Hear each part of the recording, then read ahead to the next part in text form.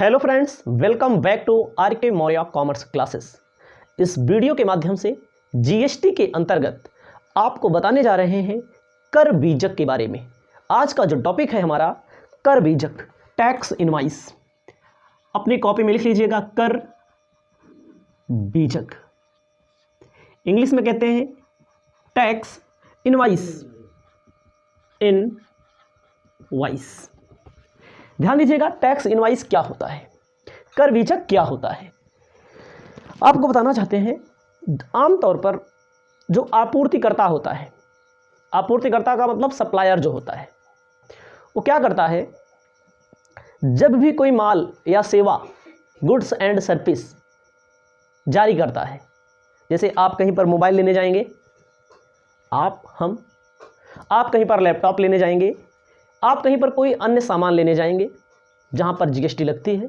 ऐसा कोई सामान नहीं जहाँ पर जीएसटी ना लगता हो। आप हमारा कोर्स लेंगे तब भी वहाँ पर भी जीएसटी लगती है। तो आप आपूर्तिकर्ता के द्वारा, सप्लायर के द्वारा आपको एक पेपर दिया जाएगा। उस पेपर पर सबसे ऊपर लिखा होगा कंपनी का नाम। जैसे हमारी कोचिंग में जो स्टूडेंट कोर्स लेते हैं, सबसे ऊपर लिखा होता है are K Maurya commerce classes. आप किसी मोबाइल की दुकान पे मोबाइल लेंगे, सबसे ऊपर मोबाइल की दुकान पे मोबाइल की दुकान का नाम लिखा होगा। इलेक्ट्रॉनिक का कोई भी सामान लेंगे, अदर कोई भी सामान लेंगे, मेडिकल स्टोर पर भी लेंगे, कुल होना चाहिए, होता भी है।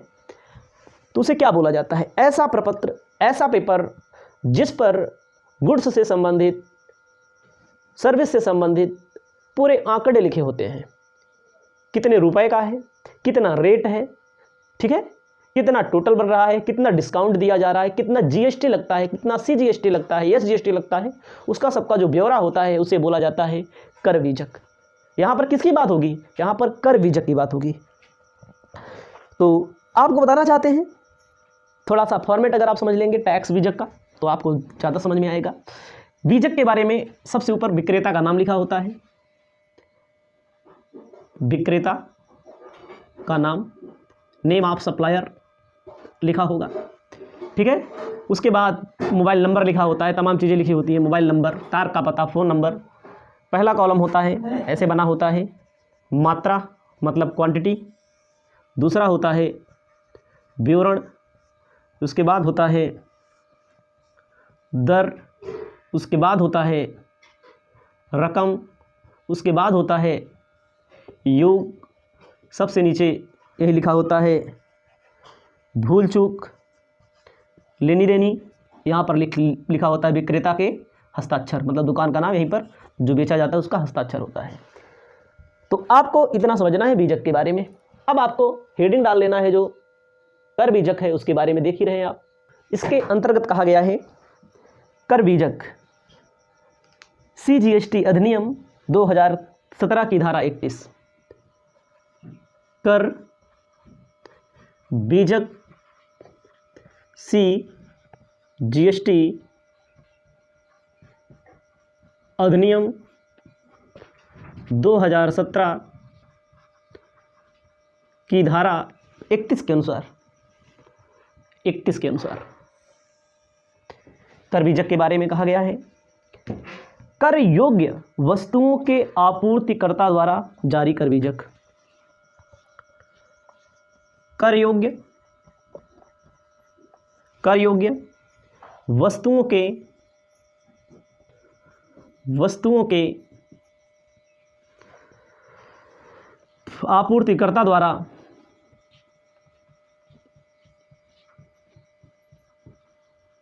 आपूर्तिकर्ता द्वारा जारी कर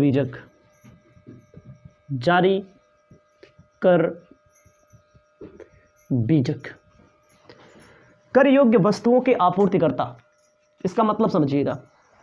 कर योग्य मतलब होता है कि बहुत सारी चीज़ें होती हैं जिस पर जीएसटी नहीं लगता, सीजीएसटी नहीं लगता, एसजीएसटी नहीं लगता। तो जिस पर टैक्स लगता है, जिस पर कर लगता है, कर का मतलब सीजीएसटी, एसजीएसटी, जीएसटी लगता है, जिस पर आपूर्तिकर्ता मतलब सप्लायर जो सप्लाई करेगा। जैसे मैं बेचता हूँ, अपना कोर्स बेचता हूँ, आपके पास मोबाइल की दुकान है, आप मोबाइल की दुकान पे मोबाइल बेचते होंगे, कोई अन्य दुकान होगी आपके पास, आप बेचते होंगे। जो आप जारी करते हैं, जो आपूर्तिकर्ता जारी करता है, उसके संबंध में क्या कहा गया है, इसके अंतर्गत कहा गया है निरंतर निरंतर निरंतर आपूर्ति के अलावा अन्य सामानों की आपूर्ति। कभी कभी होता है निरंतर जिसकी सप्लाई कर रहे हैं, आपूर्ति के अलावा अन्य सामानों की आपूर्ति।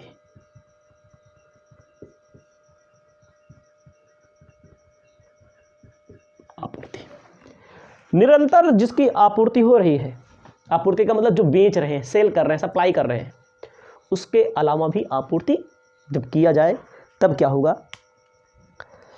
कहा गया है धारा 31A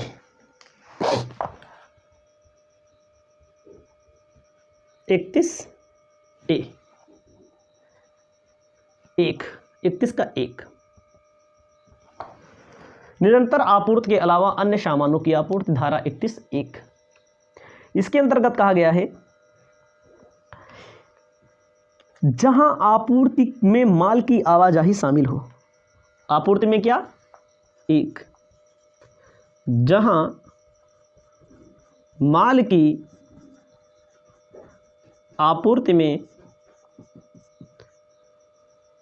आपूर्ति में आवाजाही, आवाजाही का मतलब आने का सिलसिला, जाही शामिल हो, आवाजाही शामिल हो। कहा गया है एक पंजीकृत करदाता प्राप्तकर्ता को आपूर्ति के निर्गमन के पूर्व कर बीजक जारी करेगा। आपूर्तिकर्ता क्या करेगा? आपूर्तिकर्ता क्या करेगा? आपूर्ति के पूर्व बीजक जारी करेगा। क्या जारी करेगा? बीजक जारी करेगा। ठीक है। उसके बाद जिसमें माल का विवरण,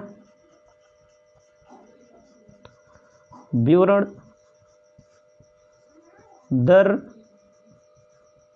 मात्रा,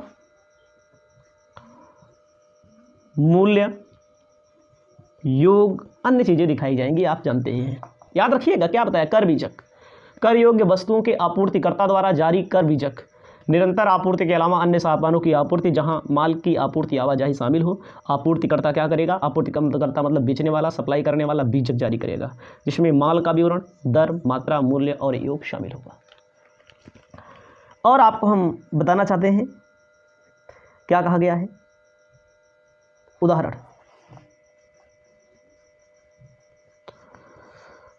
उदाहरण में कहा गया है फरीदाबाद में स्थित आरके इंडस्ट्री ने 2 अगस्त को दिल्ली के पंजाब इंडस्ट्री को माल की आपूर्ति की। कहा गया है फरीदाबाद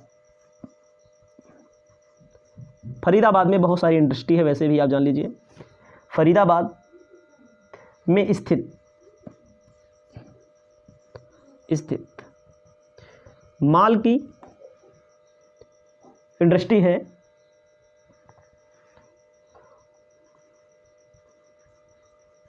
इंडस्ट्रीज है। इसने क्या किया? पंजाब के किसी के पास सप्लाई किया, पंजाब के किसी व्यक्ति पास सप्लाई किया। तो 2 अगस्त को सप्लाई किया गया है, इन्होंने कहा है 2 अगस्त को सप्लाई किया गया है।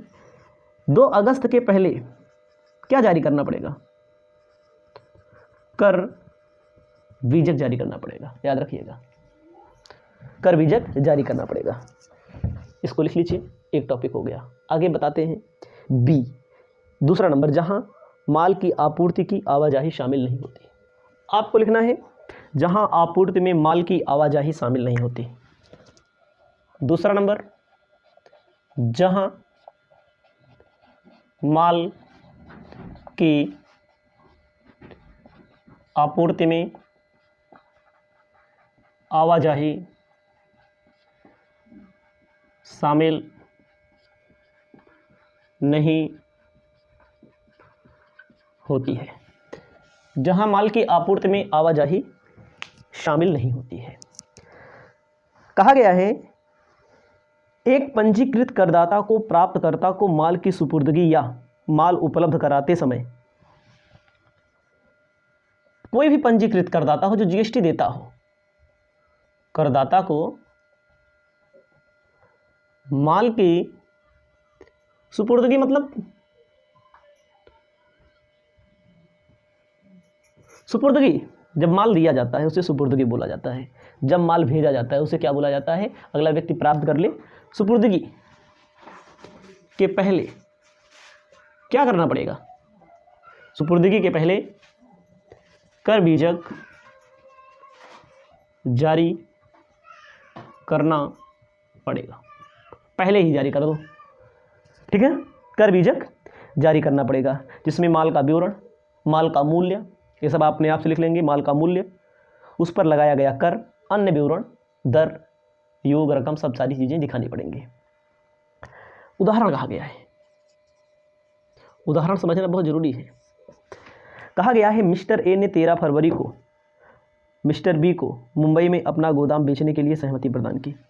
यहाँ पर माल की आपूर्ति नहीं होती। मिस्टर ए ने मिस्टर बी को 13 फरवरी को गोदाम बेचने की क्या की गई? गोदाम बेचने की सहमति प्रदान की कि हाँ हम अपना गोदाम बेचेंगे। प्रदान की, सहमति प्रदान की, कोई बात नहीं है, सहमति प्रदान कर दी जाएगी, ठीक है।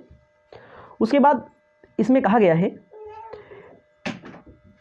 कि तारीख को 13 फरवरी को कहा गया 16 फरवरी को गोदाम के भीतर रेफ्रिजरेटर की बिक्री के लिए, भैया गोदाम अलग होता है, गोदाम के भीतर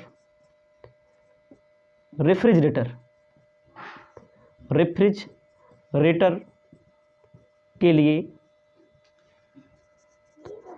अलग से समझौता किया। रेफ्रिजरेटर के लिए क्या किया गया? अलग से समझौता किया गया। 20 फरवरी को गोदाम और माल पर कब्जा कर लिया गया। 20 फरवरी को गोदाम पर एवं रेफ्रिजरेटर पर कब्जा दे दिया गया। कब्जा दे दिया गया। तो आपको ध्यान देना है, जो डिलीवर किया गया है क्या तारीख को? 13 तारीख को काम किया गया, 20 फरवरी को कब्जा दे दिया गया। तो 20 फरवरी के पहले कर बीजक जारी करना पड़ेगा। 20 फरवरी के पहले कर बीजक जारी करना पड़ेगा, याद रखिएगा, ठीक है।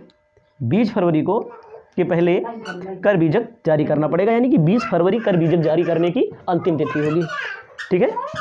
उसके बाद चलते हैं, आपको अगला टॉपिक बताने जा रहे हैं बी। ए मैंने बता दिया था ना, ए में निरंतर माल के अलावा अन्य सामानों की आपूर्ति।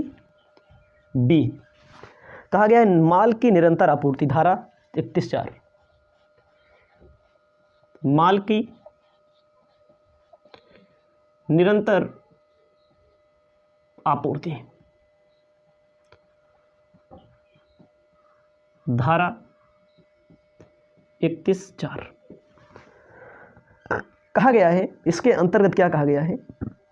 कहा गया है कि माल की निरंतर आपूर्ति के मामले खातों के विवरण को लगातार प्रस्तुत किया जाता है।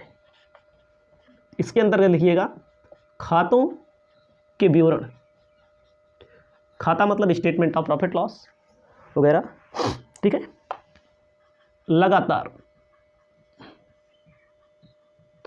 प्रस्तुत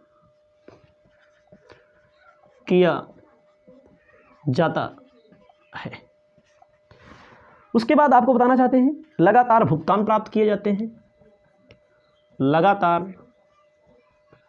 भुगतान प्राप्त किए जाते हैं। लगातार भुगतान प्राप्त किए जाते हैं। कह रहा है उस दशा में बीजक खातों का विवरण जारी करेगा। भुगतान प्राप्त करते समय दोनों में जो पहले जारी करना चाहिए, याद रखिएगा, बीजक को कब जारी किया जाएगा? दोनों में जो पहले जारी किया जाए। फिर से सुन लीजिएगा, खातों के विवरण लगातार प्रस्तुत किया जाता है, जहां पर लगातार भुगतान प्राप्त किया जाता है। उस दशा में खातों के विवरण जारी करना और भुगतान प्राप्त करना, दोनों में जो पहले हो वहाँ पर क्या कर दिया जाएगा, कर बीजक जारी करना पड़ेगा। जो भुगतान प्राप्त करोगे, ठीक है, कर बीजक जारी करना पड़ेगा आपको। कहा गया है, उदाहरण, पाइपलाइन के माध्यम से गैसों की आपूर्ति की जाती है। पाइपलाइन के माध्यम से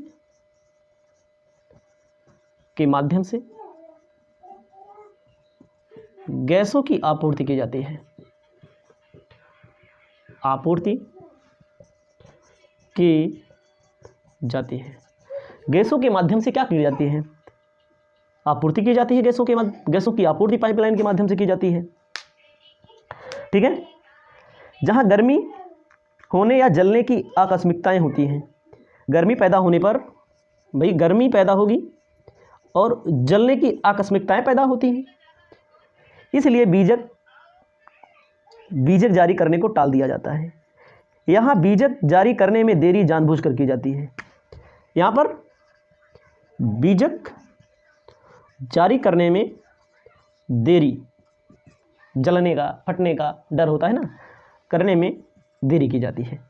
इसको आप करने की कॉपी में लिख लीजिएगा। उदाहरण के तौर पे कहा है, कार्यालय में पानी की बोतलों की आपूर्ति के मामले में जहां मासिक आधार पर बिलिंग की जाती है, वह माल की निरंतर आपूर्ति नहीं करता, क्योंकि बोतलों की आपूर्ति प्रत्येक अवसर पर आपूर्ति पूरी होती जाती है और प्रत्येक आपूर्ति पर कर बीजक, मतलब जितना जितना आएगा उतना उतना जारी कर दिया जाएगा।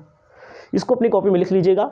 इसका नेक्स्ट टॉपिक है कर योग्य सेवाओं के लिए। अभी तो माल के लिए मैंने बताया, अभी सेवाओं के लिए बताया। एक एक टॉपिक स्टेप बाय स्टेप बताने का काम करेंगे। वीडियो लंबी लंबी बनती हैं क्योंकि कोर्स लंबा है, किताब भले पतली सी हो। तो इस वीडियो को यहीं पर समाप्त।